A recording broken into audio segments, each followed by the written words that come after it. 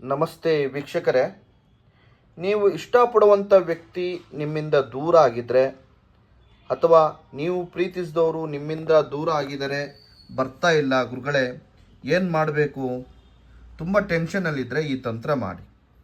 ವೀಕ್ಷಕರೇ, ಒಂದು ಎಕ್ಕದ ಗಿಡದಿಂದ ಒಂದು ಎಲೆಯನ್ನು ತೊಗೊಂಬರಬೇಕು. ಒಂದು ಬೆಳ್ಳುಳ್ಳಿ ಹೋಳನ್ನು ತಗೊಳ್ಳಿ.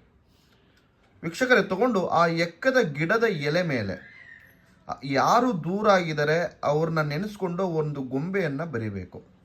ಬರೆದು ವೀಕ್ಷಕರೇ, ಇಬ್ಬರು ಹೆಸರನ್ನು ಬರಿಬೇಕಾಗ್ತದೆ. ಎಲೆ ಮೇಲೆ ಬರೆದು ಆ ಬೆಳ್ಳುಳ್ಳಿ ಮೇಲೆ ಕ್ಲೀಮ್ ಅಂತ ಬರೆದು ಕಪ್ಪು ದಾರದಲ್ಲಿ ಕಟ್ಟಬೇಕು.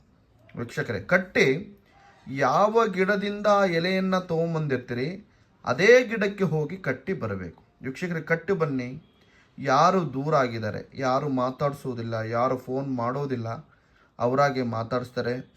ನೀವು ಹೇಳ್ದಂಗೆ ಕೇಳ್ತಾರೆ.